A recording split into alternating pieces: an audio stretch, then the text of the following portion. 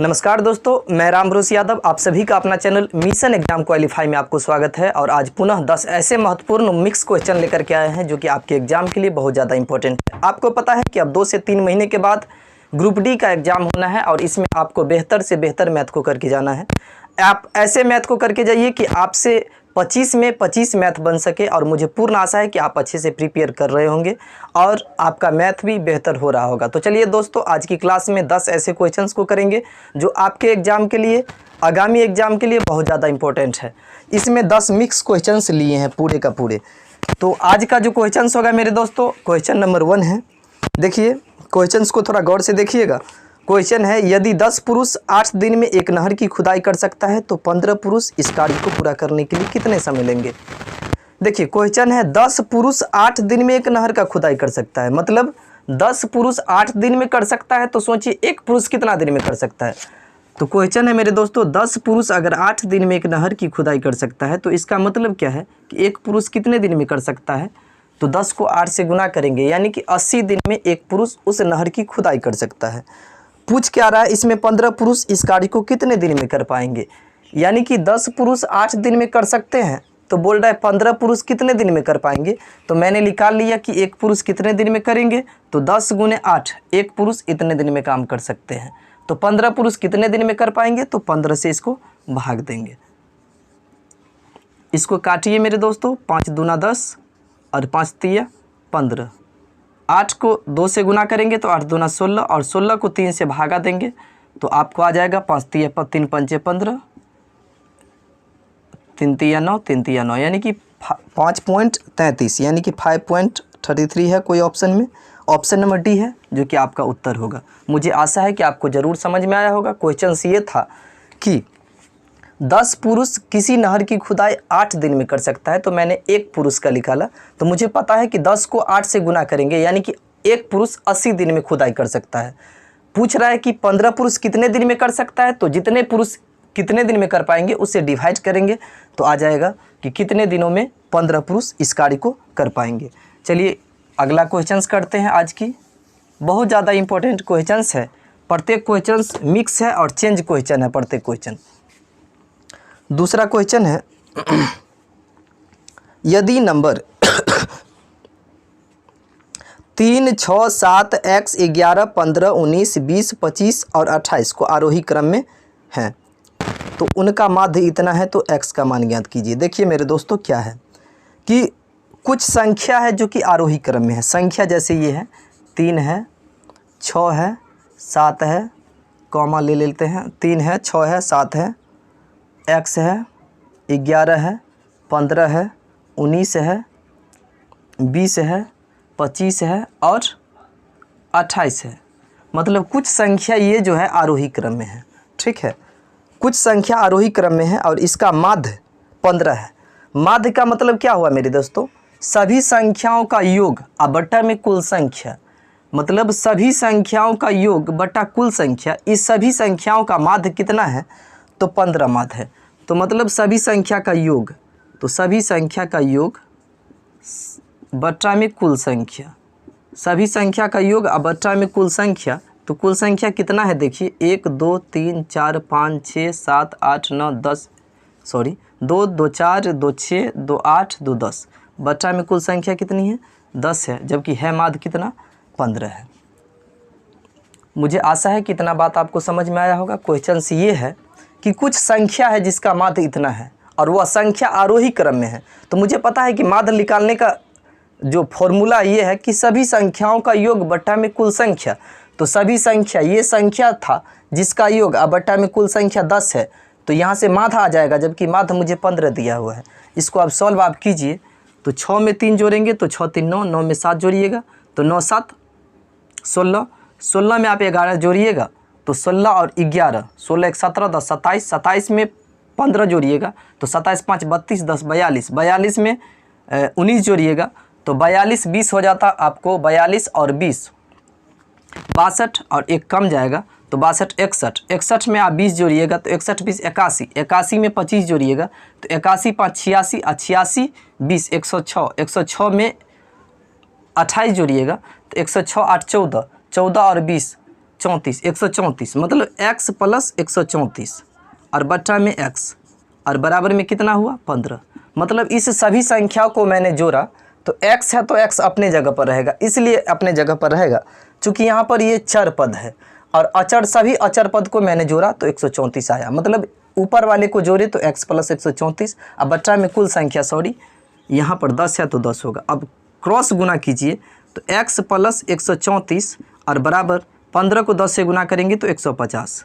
ठीक है, अब ये 34 अगर इधर प्लस में है तो इधर जाएगा तो क्या हो जाएगा माइनस में हो जाएगा। तो x बराबर 150 में से 134 घटाइएगा तो 16 आएगा, जो कि बढ़ते क्रम में नहीं आ रहा है। देखिए बढ़ते क्रम में नहीं आ रहा है, इसका उत्तर परफेक्ट उत्तर देखने दीजिए आखिर इतना ही है कि कितना है।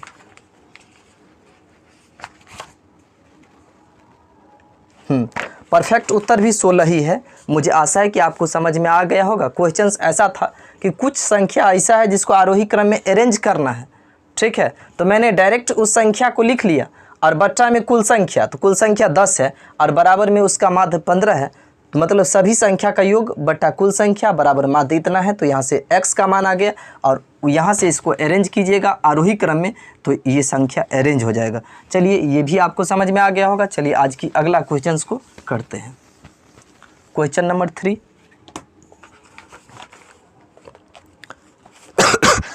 देखिए क्वेश्चन है मेरे दोस्तों तीसरा, 198 और 78 का HCF ज्ञात करें, मतलब मौसो ज्ञात करें। यानी कि 198 और 78 का मौसो ज्ञात करना है। 198 और 78 का आपको मौसो ज्ञात करना है। तो सबसे पहले एक काम आपको करना है कि 198 को और 78 को अभाज्य गुणनखंड में तोड़ लेना है। तो 198 को आप अभाज्य गुणनखंड में तोड़िए तो 2 से 2 9 18, 2 8 16, सॉरी 2 9 18, फिर 3 से 33 तिया 99 और फिर 3 से 11 तिया 33। अब 11 से 11 का 11, मतलब 198 को आप अभाज्य गुणनखंड में तोड़िएगा तो कितना आएगा 2 गुने 3 गुने 3 गुने 11। ठीक ना, 198 को आप अभाज्य गुणनखंड में तोड़िएगा तो ये आएगा। इसके बाद 78 को भी आप अभाज्य गुणनखंड में तोड़ लीजिए। 78 को आप अभाज्य गुणनखंड में तोड़िएगा, 2 तिया 6, 2 9 18 और 2 से नहीं लगेगा, 13 से 13 39, 3 से 13 39, फिर 13 से लगेगा, 13 से 13 का 13, मतलब 78 को आप अभाज्य गुणनखंड में तोड़िएगा तो 2 गुने 13 गुने 2 गुने 3 गुने 13 आया। आपको निकालना क्या था मेरे दोस्तों, मौसो निकालना था। क्वेश्चन ये था 198 और 78 का मौसो ज्ञात करना है। तो मैंने पहला काम ये किया, 198 को अभाज्य गुणनखंड में तोड़ लिया और उसको अरेंज कर लिया और 78 को अभाज्य गुणनखंड में तोड़ लिया, फिर इसको अरेंज कर लिया। मौसो क्या होगा मेरे दोस्तों, मौसो बिल्कुल ही आसान है। जो दोनों में कॉमन होगा वही होगा, इसके अलावा कोई भी नहीं हो सकता है। जैसे दो इसमें दोनों में 2 कॉमन है तो 2 लेंगे, गुने 3 देखिए दोनों में कॉमन है तो 1 3 लेंगे। इसके अलावा कोई भी कॉमन नहीं है तो इसके अलावा कोई भी नहीं होगा। यानी कि 2 को 3 से गुना करेंगे तो 6 आपका मौसो होगा। इस दोनों संख्या का मौसो कितना होगा, 6 होगा। मुझे आशा है आपको समझ में ज़रूर आया होगा। चलिए अगला क्वेश्चन करते हैं, बहुत ज़्यादा इंपॉर्टेंट है। मिक्स टाइप क्वेश्चन है, प्रत्येक क्वेश्चन अलग अलग टाइप का है। क्वेश्चन नंबर 4 आज का 4 क्वेश्चंस को देखिए। निम्न को एकदम भिन्न को चुने, मतलब निम्नलिखित में से एकदम भिन्न को चुने। तो ये 4 ऑप्शन है, बोल रहा है इसमें से भिन्न कौन है, अलग कौन सा है। 15/20 है ऑप्शन में पहला, 48/60 है ऑप्शन नंबर बी में, और ये 21/60 है, यहाँ लिख लेते हैं 21/60, और उसके बाद है 75/100। मतलब इस चारों में कौन भिन्न है, अलग है कौन, चारों में अलग है। तो सबको देखिए सरलतम रूप में ज्ञात कीजिए। इसको 3 से काटिएगा 3 7 21, इसको 3 से काटिएगा तो 20, यानी कितना आया, इसको काटे तो 7/20 आया। इसको काटिए आप 25 से कटेगा, 25 तिया 75, 25 चौका 100। इसको काटिए 16 तिया 48, 16 से नहीं कटेगा, 12 से, 12 चौका 48, 12 पंचे 60। ठीक, इसको आप काटिए तो 5 तिया 15 और 5 चौका 20, 3/4, 3/4, 48/60, 21/28। बिल्कुल हम यहाँ पर गलत लिख लिए हैं, ये 21/60 नहीं है ऑप्शन में, 21/28 है ये।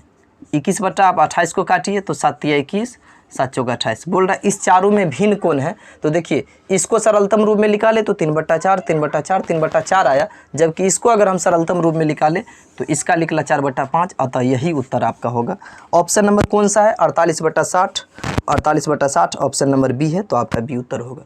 चलिए आज की अगला क्वेश्चन को सबसे पहले आप बना करके देखने की कोशिश करिएगा, और नहीं समझ में आएगा मुझे कमेंट जरूर कीजिएगा। अगला क्वेश्चन को देखिए, एक मशीन के निर्माण मूल्य को सामग्री, श्रम और अतिरिक्त खर्च के बीच बांटा गया। मतलब एक मशीन का जो खर्चा है निर्माण में, उसमें क्या क्या है, सामग्री का अलग खर्चा है, सामग्री का अलग खर्चा है, श्रम का अलग खर्चा है, और अतिरिक्त खर्चा एक मशीन पर अलग है, अतिरिक्त खर्चा अलग है। क्वेश्चंस में है मेरे दोस्त, एक मशीन के निर्माण के मूल्य को, जिसमें सामग्री, श्रम और अतिरिक्त का खर्चा को बांटा गया है, जिसका अनुपात 5:3:1 है। एक मशीन पर इस रेशियो में खर्चा होता है, और यदि आवंटित किया गया अतिरिक्त खर्चा 1,49,500 है। मतलब अतिरिक्त खर्चा कितना है, 1,49,500 है। इसमें अतिरिक्त खर्चा कितना है मेरे दोस्तों, 1,49,500 है। आपको अतिरिक्त खर्चा इस चारों में कौन सा है, ये है। तो अनुपात में अतिरिक्त खर्चा कितना है, 1 है, जबकि है कितना, 1,49,500। क्वेश्चंस में बोल रहा है इसमें अतिरिक्त खर्चा 1,49,500 है। मुझे पता है कि अनुपात में अतिरिक्त खर्चा 1 है, जबकि है कितना, इतना। क्वेश्चन में पूछ क्या रहा है कि मशीन के मूल्य का पता लगाइए, मशीनरी का मूल्य का पता लगाइए। तो मशीनरी का मूल्य का पता लगाना है, तो देखिए 5 3 8 और 8 1 9, 5 3 8 8 1 9 मशीनरी में कुल कितना खर्चा है। तो मशीनरी के निर्माण मूल्य, हाँ ठीक है, मशीनरी में कुल कितना खर्चा है इस मशीनरी में, तो सामग्री में इतना, श्रम में इतना और अतिरिक्त खर्चा इतना। तो कुल खर्चा कितना है, 5 3 8 और 1 9। मुझे पता है कि अनुपात 1 का मान जब इतना है तो अनुपात 9 का मान कितना होगा। तो 1,49,500 को अगर हम 9 से गुना करेंगे तो उस मशीनरी में कितना पूरा खर्चा होगा वो आ जाएगा। 9 को 0 से गुना करेंगे, 0 0 9 5 45 9 9 81 4 85 का 5 8 9 चौक 36 36 और 8 44 1 9 9 4 13। मतलब 13,45,500 रुपया उस मशीनरी में पूरा खर्चा है। ऑप्शन नंबर बी आपका उत्तर है। क्वेश्चन था मेरे दोस्तों, एक मशीनरी में अलग अलग खर्चा है, जिसमें श्रम, सामग्री और अतिरिक्त खर्चा अलग है। जिसमें अतिरिक्त का दिया था, मुझे अतिरिक्त का पता था कि अनुपात में कितना खर्चा है, उससे मैंने पता कर लिया। अगला क्वेश्चन को करेंगे, क्वेश्चन नंबर 6। ये भी बहुत ज़्यादा इंपॉर्टेंट क्वेश्चन है। देखिए 0.0000825 और भागा है 0.05। मतलब इस संख्या को इससे आपको भाग देना है, इस संख्या को इससे भाग देना है। आपको आसान तरीके से इसको बनाना है। सबसे पहले आपको ये नीचे लिख लेना है 0.0000825 और बट्टा में कितना से भाग देना है, 0.25 से भाग देना है। अब आपको इसमें जो पॉइंट दे रखा है, इस पॉइंट को आपको हटाना है। तो देखिए इकाई, दहाई, सैकड़ा, हजार, 10 या लाख, 10 लाख स्थान पर पॉइंट है, पॉइंट हटाएंगे तो बट्टा में ये इकाई, दहाई, सैकड़ा, हजार, 10 या लाख, 10 लाख। और नीचे देखिए पॉइंट कौन सा स्थान पर है, इकाई, दहाई, सैकड़ा स्थान पर है। पॉइंट को हटाइएगा तो ऊपर 100 होगा। मतलब ऊपर वाला जो पॉइंट था उसको हटाए तो नीचे लिखे कौन सा स्थान पर था, नीचे वाला का पॉइंट हटाए जो कि सैकड़ा स्थान पर था तो ऊपर लिखे। इसमें 2 0 से ये 2 0 कट गया।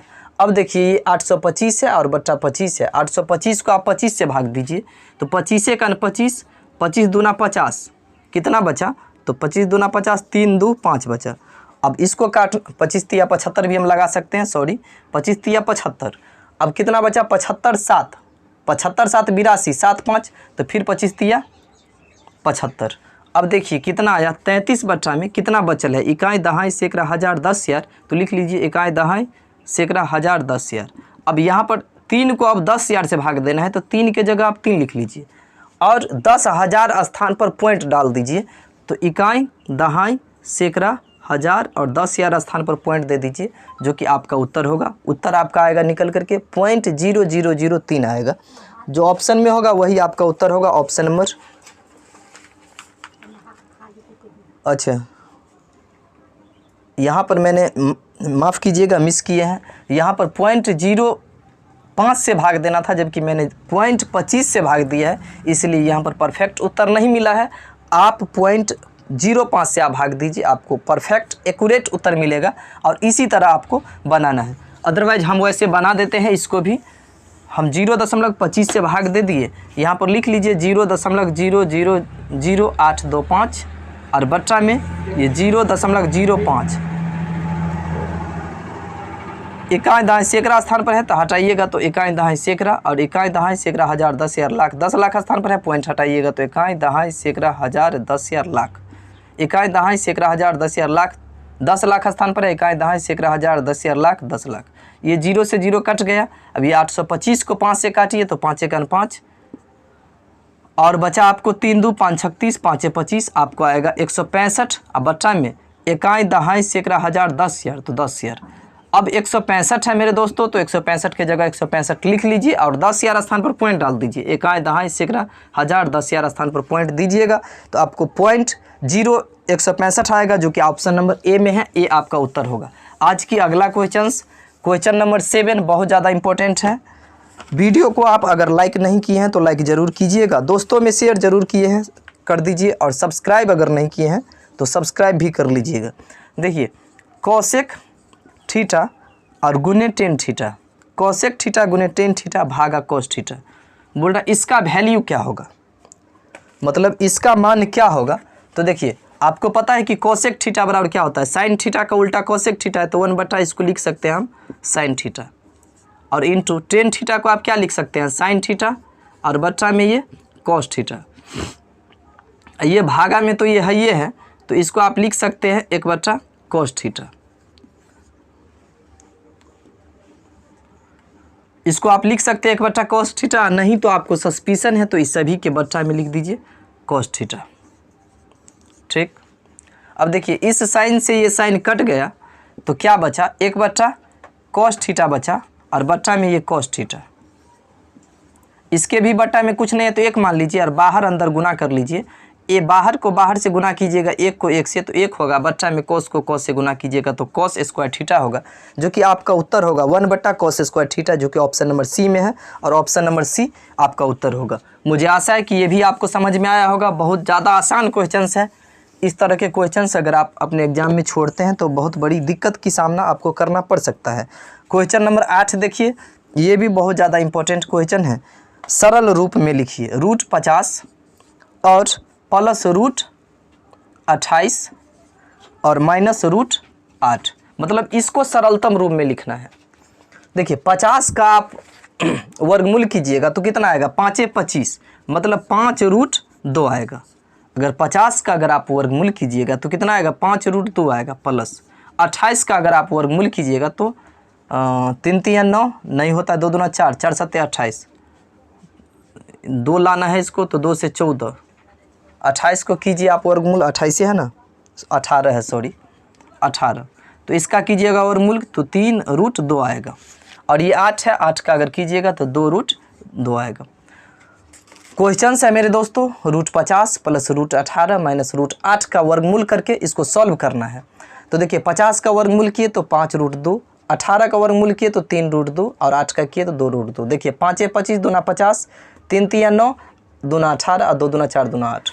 देखिए, 5√2 में 3√2 जोड़िएगा तो 8√2 हो गया, और उसमें से 2√2 घटाइएगा तो 8√2 में से 2√2 घटाइएगा तो 6√2 होगा, जो कि आपका परफेक्ट आंसर होगा। मुझे आशा है कि ये भी आपको समझ में आ गया होगा। आज की क्लास की अंतिम कगार पर हम लोग पहुंच चुके हैं। और चलिए देखिए, क्वेश्चंस है, एक समचतुर्भुज के विकर्ण 8 मीटर और 6 मीटर है, तो इसका क्षेत्रफल ज्ञात कीजिए। एक समचतुर्भुज है मेरे दोस्तों और उसकी विकर्ण कितना है, तो 8 मीटर और 6 मीटर। 9वां क्वेश्चन है, विकर्ण कितना है एक समचतुर्भुज की, तो 8 मीटर है और 6 मीटर है, तो उसका क्षेत्रफल ज्ञात करना है। मतलब एक समचतुर्भुज का विकर्ण कितना है, इतना दिया हुआ है, और उसका क्या करना है, क्षेत्रफल ज्ञात करना है। तो सबसे पहले समचतुर्भुज का क्षेत्रफल आपको याद रखना है। समचतुर्भुज की क्षेत्रफल, समचतुर्भुज का जो क्षेत्रफल होता है मेरे दोस्तों 1/2 और गुने विकर्णों का गुणनफल, समचतुर्भुज का क्षेत्रफल होता है 1/2 गुने विकर्णों का गुणनफल। समचतुर्भुज का क्षेत्रफल आपको याद रखना है 1/2 गुने विकर्णों का गुणनफल 1/2 और गुने विकर्ण कितना 8 मीटर 6 मीटर, तो 8 मीटर और गुने 6 मीटर, 2 × 2 2 × 8 और 4 को 6 से गुना करेंगे तो 4 × 6 24 और मीटर को मीटर से गुना करेंगे तो मीटर स्क्वायर। मतलब उस समचतुर्भुज का क्षेत्रफल कितना होगा 24 वर्ग मीटर स्क्वायर होगा, मतलब 24 मीटर स्क्वायर। आज का अंतिम क्वेश्चन को देखिए, मुझे आशा है कि आपको समझ में आया होगा। अगर आप चैनल को सब्सक्राइब नहीं किए हैं तो सब्सक्राइब कर लीजिए, ताकि अगर कोई भी वीडियो मैं डालता हूं तो सबसे पहले आपको नोटिफिकेशन के थ्रू पता चल जाए। देखिए आज का अंतिम 10वां नंबर क्वेश्चन है यदि 81 x square minus 49 y square और बट्टा में 9x और प्लस 7y, इसको हल करना है। देखिए 81 x square minus 49 y square और बट्टा में 9x प्लस 7y को हल करना है। तो बिल्कुल ही आसान है। इसको ऐसा सोचना है कि 81 एक्स स्क्वायर, इसको किस तरह से हम खंड करके लिख सकते हैं। तो देखिए 81 को हम ये लिख सकते हैं 9 गुने 9, 9 9 81 होता है, तो 9x स्क्वायर हम इसको लिख सकते हैं। और माइनस 49 को हम ये लिख सकते हैं 7y स्क्वायर, चूँकि 7 का स्क्वायर होगा 49 और y का स्क्वायर होगा y स्क्वायर, और 9x स्क्वायर 9 का स्क्वायर होगा 81, x का स्क्वायर x स्क्वायर, और बच्चा में ये 9x और प्लस में 7y। अब सामने में देखिए ये a square minus B square हो गया, और आपको पता है कि एक सूत्र याद रखना है, a square minus B square बराबर होता है a plus B into A minus B. तो a प्लस बी मतलब 9x स्क्वायर प्लस 7y है, तो a प्लस बी मतलब 9x और प्लस में 7y और इंटू 9x माइनस 7y और बच्चा में 9x माइनस 7y। आपको फॉर्मूला याद रखना है, a square minus B square बराबर होता है a plus B into A minus B. तो a plus B 9x plus 7y और into A minus B 9x minus 7y। देखिए 9x माइनस 7y और यहाँ है 9x माइनस 7y, इससे ये कैंसिल हो गया, क्या बचा 9x प्लस 7y, जो कि आपका उत्तर होगा। जो भी ऑप्शन में है वही आपका उत्तर होगा। मुझे आशा है कि ये जो मैं आपको बताने का कोशिश किया आपको पूरी तरह से समझ में आ गया होगा। यदि आप मेरे चैनल को सब्सक्राइब नहीं किए हैं तो चैनल को सब्सक्राइब कर लीजिए, दोस्तों में ज़्यादा से ज़्यादा शेयर कीजिए, लाइक नहीं किए हैं तो लाइक कर दीजिए। आज की क्लास यहीं पर ख़त्म करते हैं। आपका समय शुभ हो और मन लगा करके पढ़िए। धन्यवाद।